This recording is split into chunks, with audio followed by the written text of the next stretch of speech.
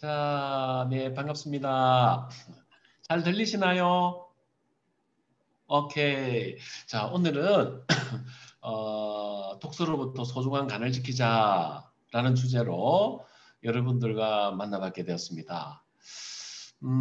제가 오늘 이 강의 주제를 선택하면서 나도 디톡스를 해야 되겠다 해가지고 오늘 제가 디톡스, 간을 지키는, 간을 해독하는 디톡스 4일차를 이제 끝내고 지금 5일차를 내일 아침이면 5일차를 맞이하는데요. 어떠신가요? 제 얼굴이 좀 혈색이 좋아졌나요? 부기가 많이 빠지고 역시 디톡스 너무 좋은 것 같습니다. 몸도 가볍고. 자, 오늘 그래서 이제 간에 대한 주제를 가지고 말씀드릴 텐데 그림에서 보시다시피 우리는 너무나 많은 그 인공적인 화합물들로 둘러싸여 있죠. 그래서 부지불식간에 우리 간은 이런 많은 탄수화물, 가공탄수화물, 감미료, 기타 식품 첨가물, 중금속, 뭐 또 지용성 독소, 뭐 살충제나 농약 이런 것들로부터 끊임없이 공격을 받고 있고 거기다가 술도 마시고 또 약물 복용, 과다 복용, 오남용 등을 통해서 간은 끊임없이 공격을 받고 있습니다. 그래서 여기로부터 우리 간을 이제 잘 지켜야 되는데 해독에 들어가기 전에 먼저 간은 어떤 역할을 하는가를 먼저 간에 대해서 잠시만 먼저 살펴보고 지나가도록 하겠습니다. 간은 1.4kg 정도 됩니다. 1.3kg, 1.4kg. 그리고 간은 어디에 위치해 있냐면 우측 상복부에 위치해 있습니다. 그래서 만약에 계속해서 우측 상복부가 결리거나 식후에 뭔가 자꾸 불편함을 느낀다면 먼저 그 부위가 간이 있는 자리니까 간이나 담낭 쪽에 뭔가 문제가 있지 않나 라고 먼저 생각해 보는 게 좋습니다. 그리고 간은 24시간 내내 심장과 마찬가지로 일을 계속 하고 있습니다. 자기 전에 먹고 자면 간은 더 많은 일을 해야 되겠죠. 그래서 야식, 폭식, 그건 간에 무리를 주는 아주 좋지 못한 거라고 볼 수 있겠죠. 뿐만 아니라 간은 500여 가지의 나열할 수 없을 정도로 굉장히 중요한 일들을 많이 하고 있습니다. 이게 바로 우리 간인데요. 간은 크게 세 가지 일을 한다고 보시면 되는데 음식물을 장을 통해서 들어온 여러 가지 다양한 영양소를 저장하는 역할도 하고요. 그 다음에 새로운 들어온 물질을 가지고 새로운 형태의 물질을 만드는 제조 공장이기도 하고 또 그와 함께 여러 가지 좋지 못한 것들도 함께 들어오는데 이것을 가공 처리하는 배출할 수 있는 형태로 만들어주는 즉 쉽게 말하면 뭐 가공 공정에는 이제 해독이라는 과정도 있습니다. 이런 역할을 하는 것이 바로 간인데요. 이 간에서 너무 자꾸 이렇게 부담이 되고 너무 많은 일을 하게 되면 요 간이라는 공장 굴뚝에 보면 연기가 몽글몽글 올라오죠. 많은 일을 하게 되면 간에서는 더 많은 일을 하니까 이 꿀뚝에서 연기가 더 많이 나오겠죠. 이 연기가 뭐냐면 바로 활성산소라는 겁니다. 그래서 우리가 간에 너무 많은 부담을 지우게 되고 간에 많은 일을 시키게 되면 활성산소는 그만큼 많이 생길 수가 있다. 활성산소를 적게 생기게 하거나 또는 활성산소를 중화시키기 위한 항산화 영양소가 필요한 이유기도 하죠. 자, 그다음에 이제 이 장을 통해서 간으로 들어온 이는 포도당은 간세포가 쓰고 또 전신으로 이렇게 돌려보내죠. 그래서 그러고도 남은 탄수화물이 있으면 저장을 하게 되는데요. 어떤 식으로 저장을 하냐면 이렇게 패키지로 쌌습니다. 그래서 간을 이렇게 차곡차곡 저장을 시켜 놓는데 글리코겐 형태로 저장할 수 있는 것은 한계가 있습니다. 그런데 중성지방이라는 형태, 지방이라는 형태로는 무제한적으로 쌓을 수 있거든요. 그래서 우리가 계속해서 과량 섭취하게 되면 글리코겐 형태로는 저장이 한계가 있지만 이 창고가 넘치게 되면 중성지방이라는 형태로 차곡차곡 무한정 쌓게 되겠죠. 그래서 지방의 간에 기름이 끼게 되고 뿐만 아니라 내장에도 복부에도 지방이 끼게 되고 이런 문제를 일으키게 됩니다. 그런데 우리가 먹는 음식물에는 무슨 우리 몸에 도움이 되는 영양소만 있는 건 아니죠. 독소들도 있죠. 그래서 이런 독소들을 간은 감시를 하다가 이것들을 다 제거를 해버리죠. 그래서 제거를 하고 어디로 배출을 시키냐면 콩팥과 담낭을 통해서 담즙을 통해서 대변으로 이런 독소들을 배출을 하게 됩니다.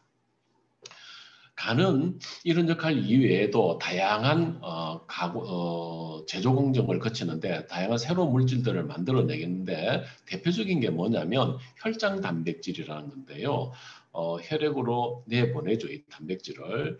우리가 섭취한 지방은 혈액에 녹을 수 없고 운반될 수 없기 때문에 세포들이 필요한 지방들을 운반을 해야 되는데 이때 운반에 필요한 단백질이 바로 혈장 단백질이죠. 다양한 형태의 혈장 단백질이 있습니다. 우리 흔히 뭐 HDL 콜레스테롤, 뭐 LDL 뭐 이런 이야기 할 때 그 이야기가 뭐냐면 지단백이라는 건데 콜레스테롤을 운반하는 단백질이죠. 그 외에도 알부민이라는 단백질도 있고요. 이런 것들이 다양한 지방, 물에 녹지 않는 것들을 운반해주는 그런 역할을 합니다. 이런 것들을 간에서 만들어내게 되죠. 뿐만 아니라 우리가 피가 났을 때 이 피가 나면 빨리 지혈을 시켜줘야 되죠. 그래서 이렇게 지혈을 시켜주는 혈장 단백질도 있습니다. 이게 바로 응고 단백질이죠. 그래서 이렇게 피가 나는 부위에 막아서 지혈을 시켜주는 그런 역할도 합니다. 뿐만 아니라 다양한 호르몬도 만들게 되고요. 콜레스테롤을 만들죠. 콜레스테롤 정확하게는. 그래서 콜레스테롤은 간에서 만들어지는데 이 콜레스테롤은 우리 인체에 굉장히 중요한 호르몬의 원료입니다. 우리가 스트레스를 받았거나 위급한 상황에 노출되었을 때 부신에서 코티졸이라는 호르몬이 만들어지는데 이 코티졸은 콜레스테롤이 있어야지만 만들어지죠. 뿐만 아니라 여성을 여성답게 남성을 남성답게 만들어주는 성호르몬 이것도 바로 간에서 만들어내는 콜레스테롤을 원료로 가지고 만들죠. 뿐만 아니라 이 콜레스테롤이 피부로 운반이 되면 이때 자외선을 햇볕을 맞게 되면 여기서 바로 비타민 D가 합성이 되게 되죠. 이렇게 다양한 물질들을 우리 인체가 필요로 하는 전구 물질인 콜레스테롤을 통해서 다양한 물질이 생성될 수 있도록 만들어주는 게 바로 간이다. 그래서 우리가 콜레스테롤은 무조건 나쁜 것이야라고 생각하는 것은 이제 그런 고정관념은 버려야 되겠죠. 콜레스테롤이 많이 과잉 생성되었을 때는 이유가 있습니다. 우리는 그 이유를 치료하는 것이 그런 식의 접근이 바람직하다. 그리고 담즙을 형성하게 되는데요. 이 담즙은 어떤 목적으로 형성이 되냐면요. 우리 몸에 음식과 함께 들어온 이 독소를 간 세포가 담즙을 만들어서 얘를 몸 바깥으로 끄집어내는데 목적으로 이 담즙이 만들어지게 되죠. 뿐만 아니라 이 담즙은 담낭에 저장되어져 있다가 우리가 먹은 음식물 중에서 지방을 분해해줘서 지방이 흡수될 수 있도록 도와주는 역할도 하고요.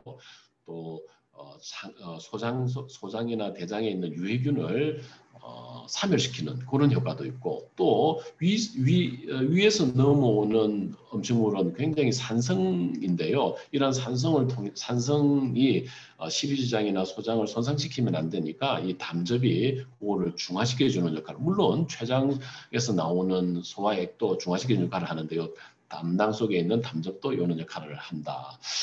우리 앞서 이혜영 리더님의 사례를 들어봤지만 이렇게 수분 섭취가 부족하거나 탄수화물 정제된 탄수화물 위주의 식사, 단순당 위주의 이런 액상과당이 많은 위주의 식사를 하시게 되면 담즙 배출이 잘 안 되죠. 그래서 담즙도 잘 생기게 되고 고여있는 물은 썩습니다. 그래서 담낭염이 생기게 되죠.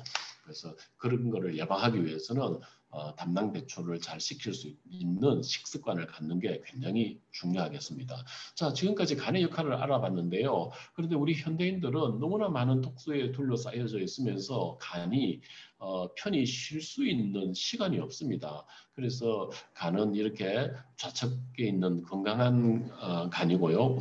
우측에 있는 것은 이제 지방간인데요. 이렇게 건강하지 못한 간으로 이제 변하게 되죠. 그래서 이런 분들이 상당히 걱정하고 있는데 실제로 이 통계 자료를 보면요. 1998년부터 2017년 사이에 이 우리나라 국내 남성들의 허리 둘레가 4cm가 증가했다고 합니다. 복부 비만이 굉장히 뱃살이 많이 뱃살이 늘어났다는 이야기죠. 이러한 뱃살 증가와 함께 더불어서 증가한 것이 뭐냐면 비알코올성 지방간, 국내 남성의 비알코올성 지방간 유병률도 증가하게 되었는데 1998년에는 19.7%, 약 20%였는데 약 9년 만에 20년 만에 19년 만에 30.7%, 약 31%로 증가했고 국민의 10명 중에 3명이 비알코올성 지방간이라는 이야기고요. 이게 앞으로 2030년, 2035년에 이르게 되면 국민의 10명 중 4.4명이 지방간, 비알코올성 지방간에 를 가지게 될 거라는 암울한 통계 자료를 보여주고 있습니다. 이런 상황까지 가서 우리가 치료하는 것은 참 문제가 있겠다는 생각이 들고요. 그래서 이런 통계 자료를 볼 때 참 간은 우리가 지금부터 잘 관리해야 되고 정말 중요시 다뤄야 되겠다는 생각이 많이 듭니다. 이게 그러면 국내 남성들, 성인들만의 이야기인가? 그렇지 않습니다. 국내 소아 청소년들도 마찬가지로 비알코올성 지방간이 15년 새에 44%나 증가했다는 통계를 보여주고 있습니다. 그런데 이러한 지방간들은 어느 정도 단계가 진행되기 전까지는 정상이 없죠. 그래서 우리는 간은 침묵의 장기라고도 하지 않습니까? 그래서 정상이 없지만 이게 조금씩 진행하면 우리가 조금만 관심을 기울이면 간이 신호를 보냅니다. 그 신호들 중에는 어떤 것들이 있냐면요. 일단은 식욕이 저하되고요. 입맛이 떨어집니다. 그리고 수면 장애가 생깁니다. 잠을 잘 이룰 수가 없고 한번 깨면 또 이루기 힘들고 그리고 기억력도 떨어지게 되고 잘 까먹게 되고 무엇을 어디에 뒀는지도 잘 모르게 되는 이런 문제도 생기고요. 하루 왼종일 피곤합니다. 갑상선이 안 좋으면 보통 오후답에 점심 먹고 오후 한 2시나 4시 사이에 이제 피곤함을 느끼고 스트레스를 많이 받아서 부신 피로가 오신 분들은 아침에 일어나는 게 몹시 힘든데 간이 나쁘신 분들은 하루 왼종일 피곤하죠. 그리고 피부에 가려움증을 호소하시고요. 각막을 자세히 보면 각막이 약간 이렇게 노란 것을 볼 수 있습니다. 그 다음에 갑작스런 체중 증가가 있을 수도 있고요. 반대로 의도하지 않은 체중 감소도 있을 수도 있고 또 손바닥을 자세히 보면 손바닥이 뿔습니다. 이런 분들 간이 조금 안 좋지 않나 의심해 보셔야 되고요. 뱃살도 나오지만 여성형 유방 이렇게 달리기를 열심히 하시는데 가슴이 출렁출렁 하시는 남성들이 있습니다. 이렇게 가슴이 튀어나오신 분들. 그 다음에 성격도 예전처럼 달리 좀 더 예민하고 이렇게 성격 변화도 오고요. 멍이 잘 듭니다. 물론 뭐 혈관이 약해서 그럴 수도 있는데 멍이 잘 들고요. 그 다음에 하지부종, 특히 발목이 잘 붓습니다. 이런 분들. 그리고 뭔가를 설명을 하는데도 이해가 잘 안 돼요. 그래서 이해력을 뭔가를 이렇게 이해할 수 있는 능력들이 이렇게 떨어지는 분들. 그리고 집중력이 저하되고요. 통증이 오는데 어디에 주로 통증이 오냐면 등 쪽으로 이 양쪽 견갑골 그 사이 부분이 통증을 많이 느끼면서 어깨 쪽 그리고 우측 두통, 우측부의 두통이 동반되죠. 이런 분들. 그 다음에 소화불량, 흡대가 불러오고 가스가 차고 복부 팽만감이 나타나고 소변 색깔이 점점점 짙어집니다. 그리고 열도 안 나는데 한기가 떨이가 막 생깁니다.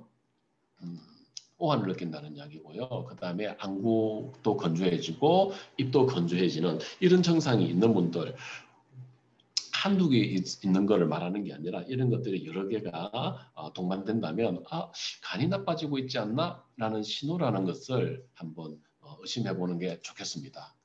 자, 이렇게 간은 건강한 간에서 지방간으로 바뀌면 이 지방간은 다시 우리가 건강한 간으로 바꿀 수 있죠. 그래서 그러나 이 지방간이 점점점 악화가 되게 되면 문제가 뭐냐면 이제 섬유화가 돼서 간경화가 되게 되는데 이 간경화로 진행하게 되면 우리가 더 이상 회복시킬 수가 없다라는 점입니다. 그래서 우리가 간이 건강할 때 더욱더 건강할 수 있도록 우리가 지키는 게 첫 번째 목적이고요. 두 번째, 지금 현재 지방간이 있다면 더 이상 돌이킬 수 없는 회복할 수 없는 간경화로 진행되지 않도록 우리 간을 다시 건강한 상태로 돌려놓는 것이 중요하겠죠.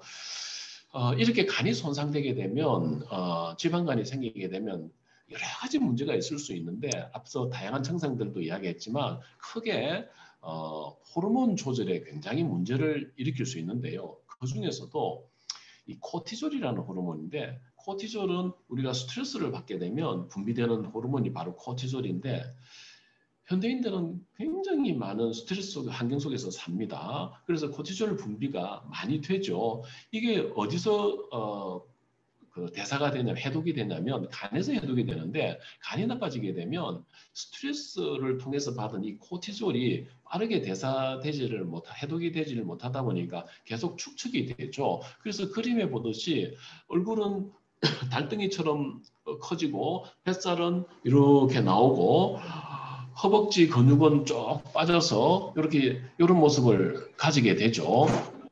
실제로 이 코티졸은 스트레스를 자꾸 받으면 면역이 저하되는데 이 코티졸은 면역을 떨어뜨리게 되고요, 억제시키게 되고 실제로 우리가 그 장기 이식을 하신 분들에게 면역 억제제를 쓰잖아요. 그게 바로 스테로이드입니다. 그리고 신장에도 악영향을 미치게 되고 혈압도 우리가 스트레스 받으면 혈압 오르지 않습니까?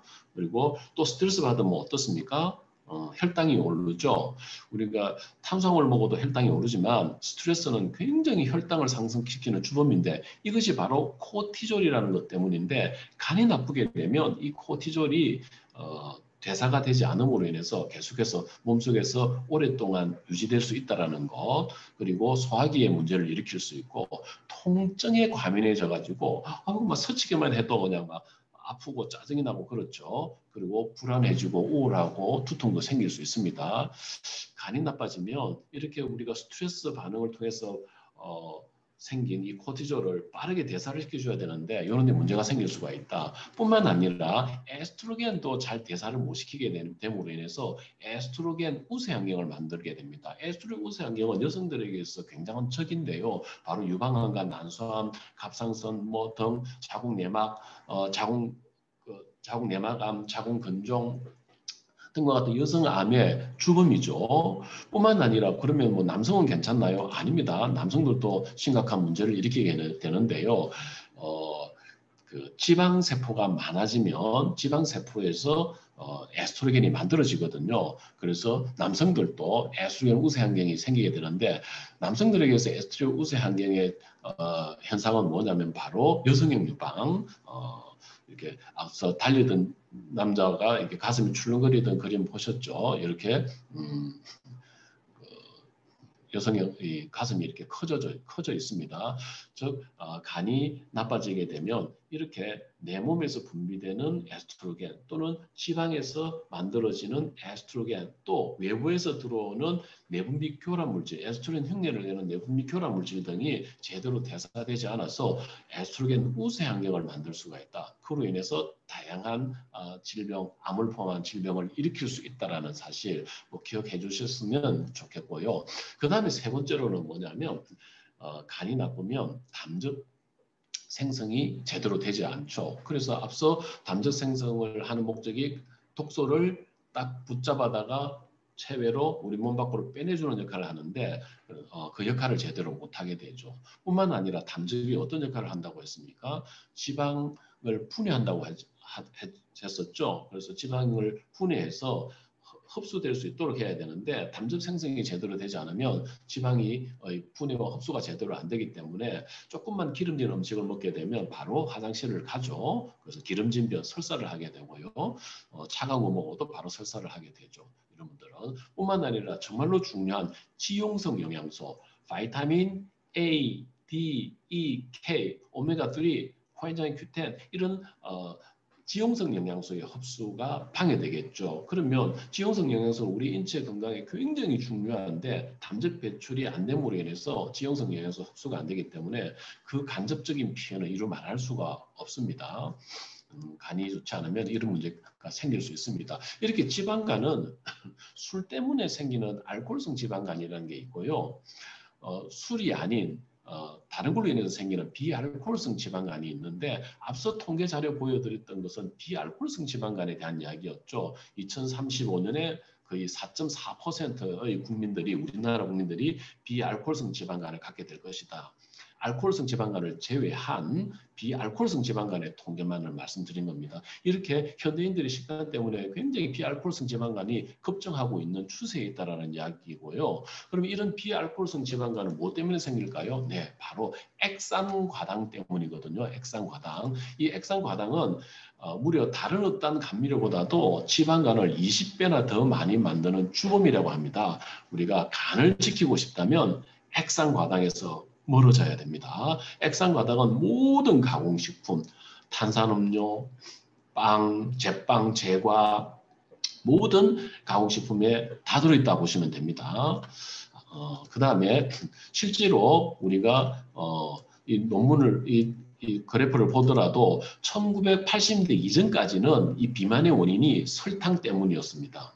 그런데 1980년도 이후부터는 이 액상과당이 과다하게 사용되면서부터 액상과당의 사용 증가와 더불어 비만이 똑같이 증가하는 양상을 보여주고 있죠. 네, 맞습니다. 이 액상과당이 비만의 주범이 되기도 하죠. 또 비만이 있으니까 또 당연히 지방간을 일으키게 되고요. 자, 그런데 많은 분들이 지방간은 뱃살이 허리 둘레가 뱃살이 복부 비만이 있고 비만한 사람들한테 흔히 생기는 문제라고만 생각하고 있는데 그렇지 않다는 사실. 마른 사람도 지방간이 있을 수 있고요. 이렇게 마른 사람들이 지방간이 있을 때에는 오히려 비만하거나 과체중한 사람이 지방간을 가졌을 때보다도 사망률이 오히려 2배나 높다라는 사실. 아마도 추측건데 비만하니까 체중이 늘지 않으니까 이런 간에 좋지 않은 음식물을 먹어도 체중이 늘지 않으니까 외관상 괜찮아 보이니까 아마 더 많이 섭취하게 됨으로 인해서 더 나빠지지 않나라는 생각을 해봅니다. 자, 근데 여기서 굉장히 놀라운 연구 결과가 하나 있어서 여러분들에게 소개시켜 드리고자 하는데요. 그게 뭐냐면 메티오닌과 콜린이 결핍된 식단을 줬더니 지방간이 생기더라는 거고요. 그런데 체중 증가는 없고 인슐린 장성도 없더라. 이렇게 마른데 지방간을 가지는 것처럼. 그럼 메티오닌이 뭐냐면요. 아미노산이죠. 아미노산인데 황을 가지고 있는 아미노산이어서 바로 간 해독에 굉장히 중요한 영양소이면서 그 해독의 마스터 항산화제 역할을 하는 글루타치온. 이 글루타치온의 구성 성분이기도 하죠. 이게 바로 메티오닌인데 이 메티오닌이 결핍 빼버리고 그리고 콜린이라는 또 영양소, 콜린은 뭡니까? 비타민 B군 중에 하나인데요. 지방을 쭉 빨아내는 땡기는 제거해주는 그런 굉장히 유용한 영양소인데 이게 결핍된 식단을 했더니 지방간이 생기더라. 근데 체중은 늘지를 않더라는 거죠. 인슐린 장성도 안 생기고 그런데 우리는 지방간이 생길 경우에는 어떻게 합니까? 지방간을 해결하기 위해서 흔히들 이제 유튜브나 이런 데 보면 해독 주스를 마셔야 돼. 해독 야채 주스를 마셔야 돼. 지방간은 지방을 많이 먹어서 그래. 그래서 저지방식을 해야 돼. 저단백식을 해야 돼. 이런 이야기들을 많이 듣게 되는데 과연 이게 사실일까요? 자, 메티오닌이 결핍되고 콜린이 결핍됐더니 지방간이 생겼는데 이 메티오닌 콜린이 어디 많이 들었냐면요. 자, 콜린부터 먼저 한번 살펴볼까요? 우리는 하루에 한 400에서 500mg 정도의 콜린을 섭취를 해야 됩니다. 특히 지방간이 있는 분들은 한 3000mg 정도의 제가 콜린을 섭취하라고 권유를 하는데요. 이 결안에 큰 것 하나에 약 150mg 정도의 콜린이 들어있습니다. 권장 용량만큼 먹으려면 얼마나 먹어야 될까요? 네, 계산해 보십시오. 한 3개 이상은 먹어야 되겠네요.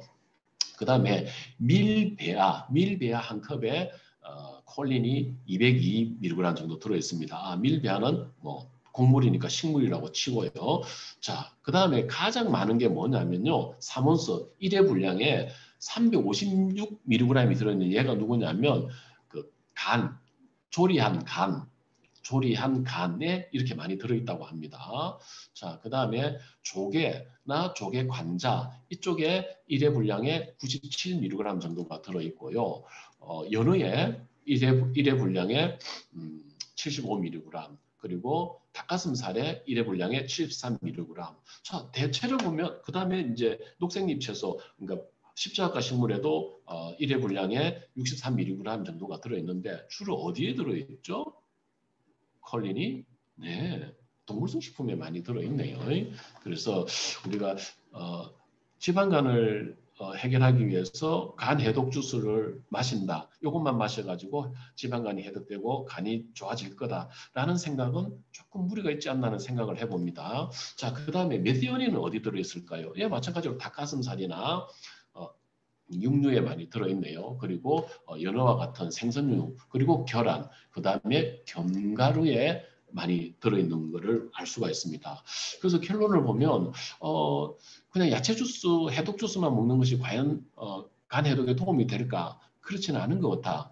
고지방식을 해야 되는데 이때 트랜스 지방을 먹으라는 게 아니라 동물성 포화지방을 먹으라는 것이 아니라 양질의 지방, 오메가3나 오메가9과 같은 또는 식물성 포화지방과 같은 것을 섭취하는 고지방식을 하시고요. 그 다음에 적당량의 단백질 섭취해야 됩니다. 저단백식 하면 안 되죠. 그리고 그러면서 십자가 야채의 해독 주스를 함께 먹는다면 간 해독, 지방간 예방에 굉장히 도움을 줄 수 있고 지금 현재 지방을 가지고 있는 분들도 굉장히 개선할 수 있는 방법이다.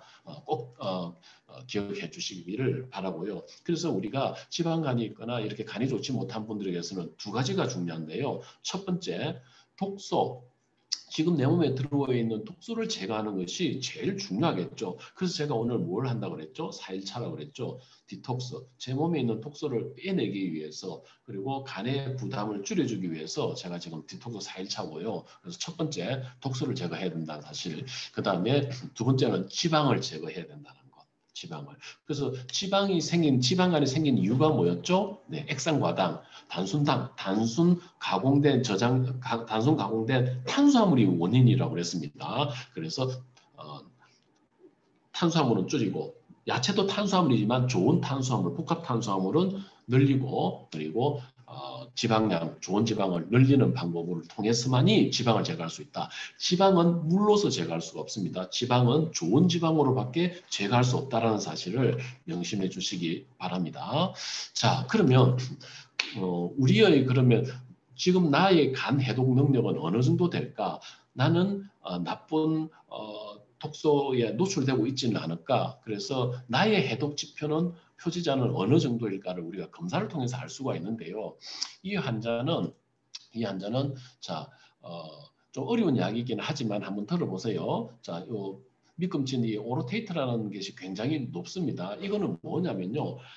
이 물질은 암모니아, 우리가 육류를 많이 섭취하게 되면 암모니아가 많이 생성되는데 이 암모니아가 간에서 어떤 회로를 통해서 요소로 바뀝니다. 이렇게 바뀌어야지 소변을 통해서 배출이 되죠. 이 암모니아는 독소인데 배출이 되지 않으면 우리 몸에 독소로 작용하겠죠. 안 좋은 영향을 미칩니다. 심하면 혼수 상태까지 옵니다.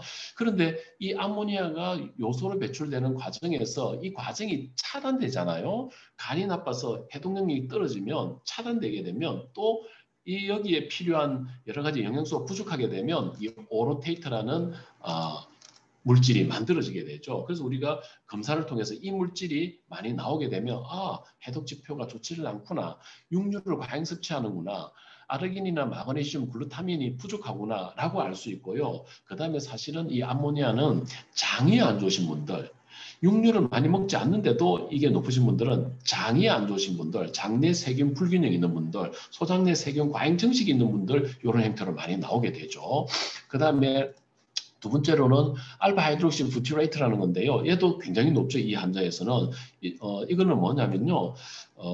우리가 글루타치온을 만드는 과정에서 그 부산물로 반드시 필연적으로 이 물질이 나올 수밖에 없는데 이게 많이 나온다는 것은 글루타치온 생성을 많이 필요로 하는 상태다. 왜 필요할까요?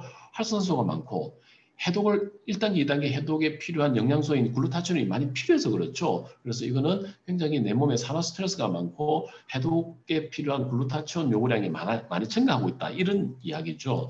그래서 이런 것들을 통해서 나의 해독 상태가 어떻는지, 해독 지표가 어떻는지, 내가 어떤 독소에 많이 노출이 되고 있는지를 검사를 통해서 알 수가 있는데 이거는 글루카레이트인데 이 환자는 글루카레이트는 높진 않은데 이 글루카레이트는 어떤 경우냐면 전반적인 간 해독 지표를 볼 수가 있는데요.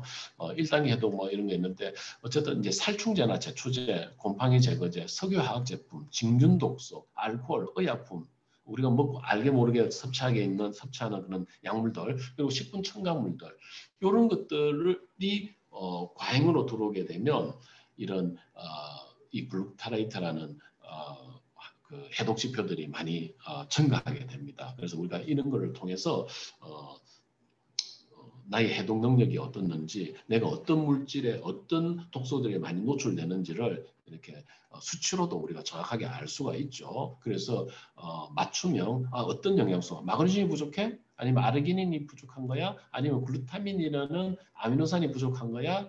뭐 아니면 글루타치온 요구량이 많으니까 글루타치온 형성에 필요한 영양소를 많이 먹어야 되나 이런 것들을 우리가 상세하게 알 수가 있다. 제가 왜 이 자료에 대해서 이제 시간을 두고 자꾸 설명을 드리냐면 사람들이 이렇게 기능의학이라고 이야기하면 어디 뭐 저기 대체의학 정도쯤이라고 생각하시는 분들이 있더라고요. 기능의학은 사이언스입니다. 이건 굉장히 과학의 기초를 두고 생화학의 기초를 둔 굉장히 과학적인 학문이고요.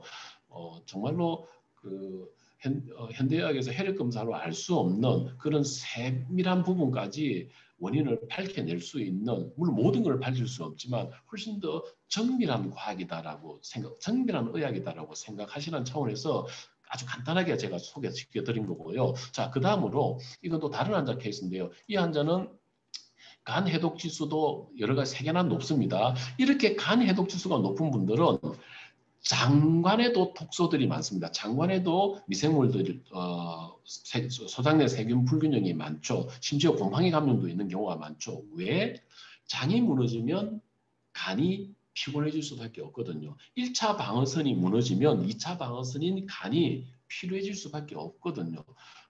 불필요한 부담을 많이 떠안게 되기 때문에 간 해독 지표도 나빠질 수 있거든요. 그래서 우리가 간을 보호하기 위해서 제일 첫 번째로 신경 써야 될 게 뭐냐면 장이다 이야기죠. 그래서 우리가 장간 해독을 먼저 하고 그러고 난 뒤에 간을 돌봐야지 장 그대로 내버려두고 간 해독만 자꾸 이렇게 신경을 써서는 안 된다. 그래서 장을 먼저 돌봐야 된다는 차원에서 이 환자의 유기산 검사 결과를 보여드린 거고요. 자, 이제 넘어갈게요.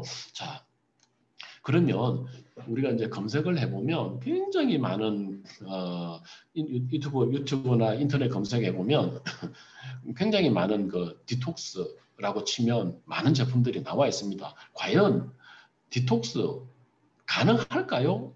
정답은 가능합니다. 가능합니다.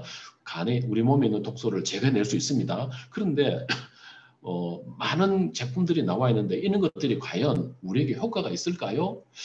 저는 그렇지 않다라고 봅니다. 왜? 이런 화학 제품으로 만든 것들은 오히려 우리 간에 더 부담을 줄 수가 있다.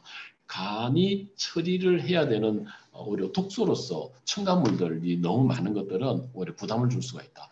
그러면 어떻게 해야 되는지, 간을 해독에 도움을 줄 수 있는 그러면 자연스러운 방법이 있습니까? 네, 있습니다. 그거에 대해서 오늘 알려드리려고 앞서 쭉 여기까지 달려온 거죠. 쉼 없이. 자, 아이고 벌써 시간이 벌써 이렇게 가네요. 자, 먼저 제일 중요한 거 첫 번째는 뭐냐면요. 식이섬유를 잘 드셔야 됩니다. 식이섬유. 야채를 통해서 또는 식이섬유 제제를 통해서 보충제를 통해서 제대로 된 보충제를 통해서 식이섬유를 잘 드셔야 되는데 이 식이섬유는 장을 통해서 간으로 들어가는 독소들을 붙들어주는 역할을 하죠. 그래서 유입을 일단 막아줍니다. 그 다음에 담즙을 통해서 독소를 배출하지 않습니까? 이것들이 잘 배출될 수 있도록 다시 재흡수되지 않도록 딱 붙들어서 배출될 수 있도록 도와줍니다. 또 식이섬유는 변비를 개선해 줍니다. 변비를 해결하지 않으면 독소를 간이 애써 독소를 해결하더라도 무의미하다 그 이야기죠. 그래서 변비를 해결해 주기 때문에 굉장히 간 해독에 중요하다. 당연히 장관 해독에도 중요하죠. 식이섬유는. 그래서 첫 번째 식이섬유를 잘 섭취를 하셔라. 그래서 야채 섭취를 통해서든 보충제를 통해서든 식이섬유 하루 필요한 양의 충분한 식이섬유를 섭취를 하시라는 것. 두 번째는 뭐냐면요. 녹차입니다. 녹차. 녹차에는 강력한 항산화제가 들어있어서 우리 간의 손상을 막아주는 역할을 하죠. EGCG라는 물질이 들어있어서 이게 간 해독에 굉장히 도움을 줍니다. 하루 2 내지 3잔 정도의 녹차는 수분 섭취에도 도움을 줄 뿐만 아니라 간 해독에도 도움을 줄 수 있으니 굉장히 장관 해독에도 도움을 줄 뿐만 아니라 간 해독에도 도움을 줄 수 있는 거니까 녹차. 그리고 세 번째는 마늘인데요. 마늘에는 황화합물이 유기황이 들어있는데 이 유기황은 굉장히 글루타치온도 황입니다. 그래서 해독과 항산화 역할을 하는 데 있어서 활성산소를 제거하는 데 있어서 굉장히 중요하다. 뿐만 아니라 셀레니움도 많이 들어있는데요. 셀레니움도 역시 글루타치온 페록시다즈라는 효소가 작용하기 위한 조효소로서 작용하죠. 그렇게 중요한 역할을 합니다. 그 다음에 세 번째로는 비타민 C입니다. 굉장히 중요합니다. 간 해독에 있어서 비타민 C는 굉장히 중요합니다. 면역에서 중요한 역할을 하지만요.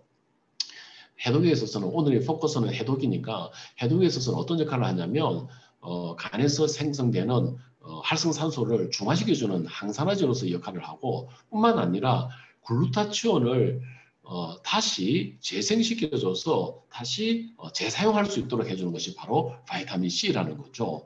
그래서 글루타치온을 끊임없이 재사용할 수 있도록 도와주는 것이 바이타민 C다. 그래서 굉장히 중요합니다. 너무너무 중요합니다. 그 다음에 이제 강황은 여러 가지 기능이 있지만 간 해독에 있어서 중요한 작용을 하는 것은 바로 간 세포를 재생시켜줍니다. 손상된 간 세포를 재생시켜주기 때문에 굉장히 도움을 주죠. 그리고 다양한 견과류들도 역시 간 해독에 중요한데 왜냐하면 특히 호두에는 아르기닌이 많이 들어있고요. 이 아르기닌은 장관 세포를 복구시키는 데도 중요한 영양소죠. 아르기닌이 많이 들고 오메가3도 들어있고요. 근데 여기서 중요한 거는 뭐냐면 견과류를 드실 때에는 만약에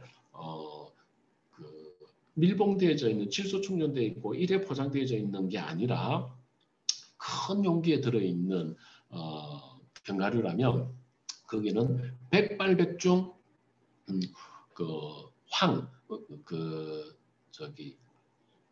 아황산 나트륨, 설파이트가 들어있습니다. 이 설파이트는 황이잖아. 좋지 않아?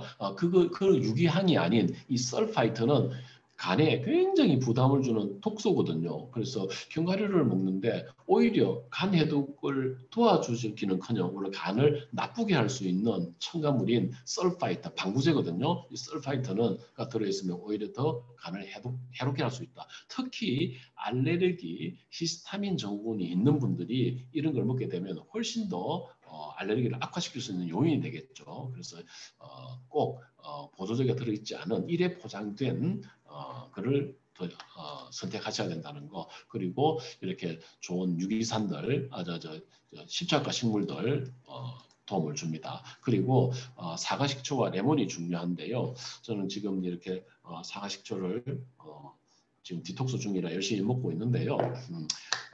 디톡스 중에는 사과식초하고 레몬을 함께 사용하는 게 좋습니다. 물 500cc에 사과식초를 1스푼, 레몬을 2티스푼 짜서 2티스푼을 섞어서 이거를 한 2시간에 걸쳐서 이렇게 소량씩 이렇게 마셔주게 되면 해독에 굉장히 도움을 줍니다. 그래서 이거를 적절히 잘 사용하시면 굉장히 효과적이다. 자, 그런데 우리가 이런 해독에 있어서 좋은 거를 먹어야지 나쁜 거를 먹으면 안 되겠죠. 그래서 이렇게 우리가 좋은 음식을 먹는데도 불구하고 또 부족한 영양소들은 채워야 되겠죠. 그게 가장 중요한 게 뭐냐면 이 더블엑스. 더블엑스에는 다양한 식물 영양소가 들어있습니다. 뿐만 아니라 해독에 필요한 바이타민, 해독에 필요한 다양한 미네랄들이 함께 들어있죠. 앞서 뭐 강황 이야기도 했었고 마그네슘 이야기도 하고 바이타민 이야기도 했었는데 이게 다 이 더블엑스에 들어있죠. 뿐만 아니라 간 세포, 간 해독에도 중요하지만 간의 재생에도 복부에도 정말로 중요하죠. 보통 한 3개월 정도 먹으면 간 수치가 올라가 있는 분들도 정상으로 뚝 떨어지죠. 이 밀크시슬도 굉장히 중요한 간 해독의 영양소입니다. 뿐만 아니라 아까 마늘에는 유기황이 많이 들어있다고 그랬었죠. 자, 마늘을 계속해서 드실 수 없는 분들 현실적으로 자 이렇게 하면 진짜 마늘로 만들어진 이런 보충제들이 있으니까 이런 도움을 받는 것도 도움이 될 수 있습니다. 제가 앞서 해독에서 가장 중요한 영양소가 뭐라고 그랬죠? 바이타민 C라고 그랬죠. 자, 바이타민 C 충분히 드시고요. 바이타민 C가 많이 들어있는 음식을 섭취하기는 사실 쉽지는 않습니다. 현실적으로. 그래서 진짜 아세로라 체리로 제대로 만든 합성이 아닌 이런 바이타민 C를 충분히 드시는 것 굉장히 중요하겠죠. 그 외에도 그 콜린 앞서 말씀드렸죠. 이 콜린이 많이 들어있는 게 바로 그 추가물 바이타민 E라고 되어 있는데 이게 바로 레시틴이거든요. 이거는 이제 글로벌적으로 국내에는 이제 나오지 않고 단종되고 이제 글로벌 뉴트리라이트에서는 이제 출시되는데 이게 그냥 지방간에 있는 지방을 쭉 빨아 당기는 역할을 하죠. 여기에 콜린이 많이 들어 있습니다. 하루 한 3,000mg 정도의 콜린을 섭취하시게 되면 굉장히 지방간을 개선하는 데 굉장히 도움이 됩니다. 앞서 말씀드린 콜린이 많이 들어있는 음식들 많이 드시고요. 내하고 맞지 않는 음식도 있을 수 있으니까 내하고 잘 맞는 음식을 골라서 드시고 그럼에도 불구하고 부족한 것은 요 제품을 통해서 드시게 되면 하루 3,000mg 드시게 되면 굉장히 지방간 개선하는 데 도움을 줍니다. 그 다음에 앞서 식이섬유 말씀드렸죠. 자, 야채를 통해서 충분한 식이섬유를 섭취할 수 없는 분들은 이런 다양한 식이섬유 제품이 나와 있으니까 이런 것들을 통해서 도움을 받을 수 있습니다. 자, 여러분들 간은 너무너무 중요합니다. 이 간을 힘들게 만드는 이 독소를 리무브, 이 R을 떼내버리게 된다면 우리는 healthy lives를 살 수 있는 건강한 삶을 살 수 있도록 해줄 수 있습니다. 그래서 간을 지치게 하고 힘들게 하는 독소들을 제거해서 보다 건강한 삶을 살 수 있도록 하셨으면 좋겠고요. 거기에 대한 정보에 대한 것들을 알려드렸으니까 많이 널리 알리시고 또 여러분들도 한번 실천해 보시고 하셨으면 좋겠습니다. 자, 이상 강의 마치겠습니다.